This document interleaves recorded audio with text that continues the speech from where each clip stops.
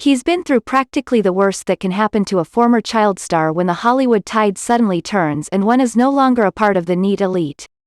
Unlike others, however, such as Anissa Jones, Rusty Hamer and Dana Plato, he survived. As a result, actor Paul Petersen, today, is the most dedicated advocate in protecting both present-day child stars and shunned one-time celebrity tykes, alike. Paul formed A Minor Consideration, a child actor support group back in 1990, and it has had a tremendously positive and profound effect in Hollywood. It started out much differently for Paul back in the 50s. Born in 1945 in Glendale, California, he had an enthusiastic stage mother who pushed him into the business. He began performing, as an 8-year-old, as one of the original Mouseketeers, on the Mickey Mouse Club, 1955, in 1955. He also appeared in such movies as The Monolith Monsters, 1957, and Houseboat, 1958, opposite the likes of Cary Grant and Sophia Loren, before scoring big, at age 12, as Donna Reed's son on her popular sitcom, The Donna Reed Show, 1958.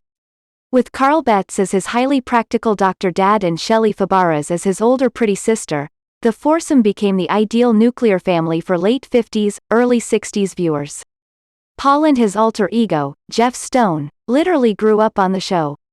By his teens, the good-looking, dark-haired lad had become a formidable heartthrob. Fan clubs sprouted up everywhere. So popular were both Paul and Shelley that they spun off into recording careers, groomed to become singing idols despite their modest voices.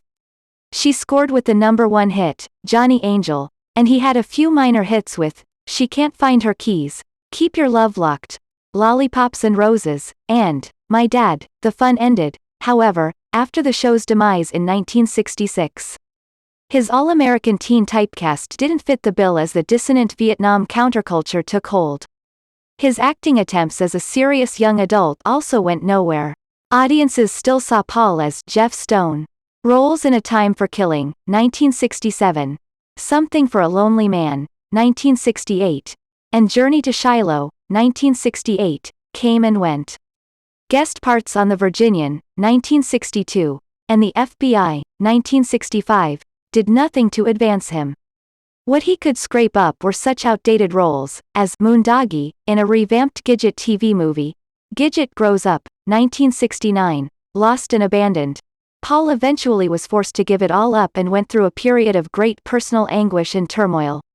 Wisely, he enrolled at college and started writing adventure novels, penning 16 books in all.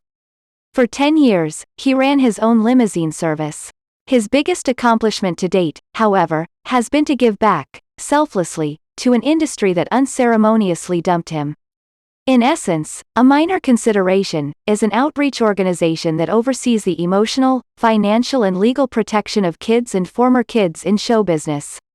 Among the issues Paul deals with are better education, and stricter laws regarding a 40-hour work week. For those who have been there, done that, and are experiencing severe emotional and/or substance abuse problems, he offers a solid hand in helping them find a renewed sense of purpose. Today, Paul is rightfully considered the patron saint of former child actors.